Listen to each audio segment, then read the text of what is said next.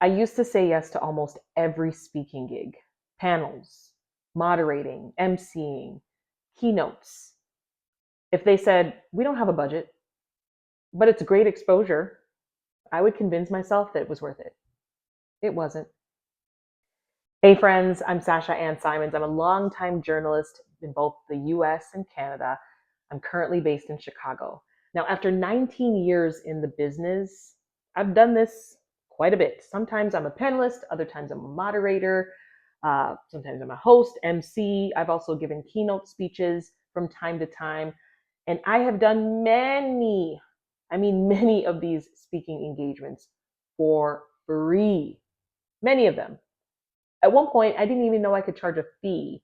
And if I didn't mention it, the event host wouldn't either. But then a mentor of mine back in 2019, she told me, you're worth so much more than free.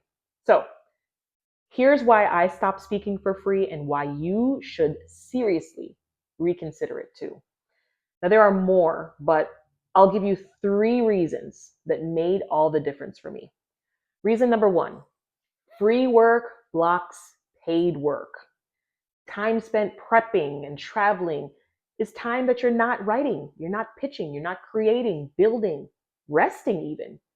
Speaking isn't just about talking. You're bringing so many years of expertise to the table. And when you're known as the person who speaks for free, guess what? Word spreads. So this is what my mentor said to me 7 years ago. She said, every free yes is a paid no to something else. Think about that. Number 2, exposure rarely converts. So when they say, oh, you'll get exposure when you do this, my question is, exposure to who? Exposure to who? Most unpaid gigs, they don't actually lead to paid bookings. They don't actually lead to long-term job opportunities or media contracts, right? When you think about the people who are in the room, the people in the audience, often they're just happy to be there to listen and soak in the knowledge. They don't do this work. They don't hire speakers. They don't control budgets. Sometimes they don't even remember who you are 3 months down the line, but they remember maybe something you left them with. Reason number 3 for why I stopped doing speaking gigs for free, it reinforces inequity in media. Women, journalists of color, early professionals were disproportionately asked to speak for free. Meanwhile, you have certain others who are never asked to waive their fees. So when we say yes, we're quietly maintaining that same system. I remember back in 2020 when I finally asked for a fee for the first time. I asked what the fee was, and the organization's rep said, we don't typically pay, but we might be able to offer you a small honorarium. And I said, okay, how much is that? And they said, well, let me go ask such and such director and we'll get back to you. Fast forward, they came back with a number. The number worked for me, so I said yes. I was blown away though at the chain of events. You mean all I had to do was speak up and ask? Mind you, I want to shout out the folks who hire speakers and they know that this is worth some pay. So they actually just mention the fee that they're offering you right there in that initial email to book you. There's no guesswork.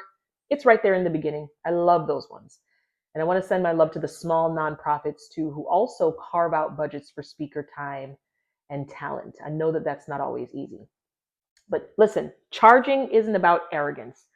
It's not about ego. It's about just being able to sustain, right? Just like you have boundaries in your other relationships in your life, this is another relationship, a professional relationship that should have boundaries too. Again, it's professional. So, how do you start asking for a fee? First, stop saying, I usually do it for free. Instead, just try saying, I would love to support you. I would love to support your event. What's your budget? And then if they ask, what's your rate? Especially, without offering up a number first.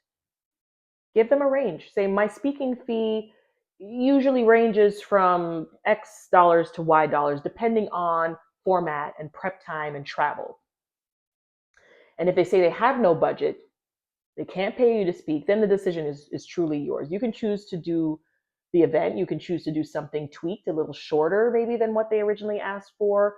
You can send a recorded message. I'm actually doing one of those next month. But if it doesn't sit with you, uh, you're unable to commit, period, say this. I typically reserve pro bono speaking for specific causes that I personally support each year. So unfortunately, I'll have to pass. You're making it known. This one is not one of them. So I leave it there. Think about it, figure it out, figure out your personal boundaries. Whether it's, I'm going to do only one free speaking event per year or none ever. I'm going to do one per quarter. It truly is going to be whatever you decide to do, whatever feels right for you. But don't forget, stick to your boundaries. I'll see you in the next video.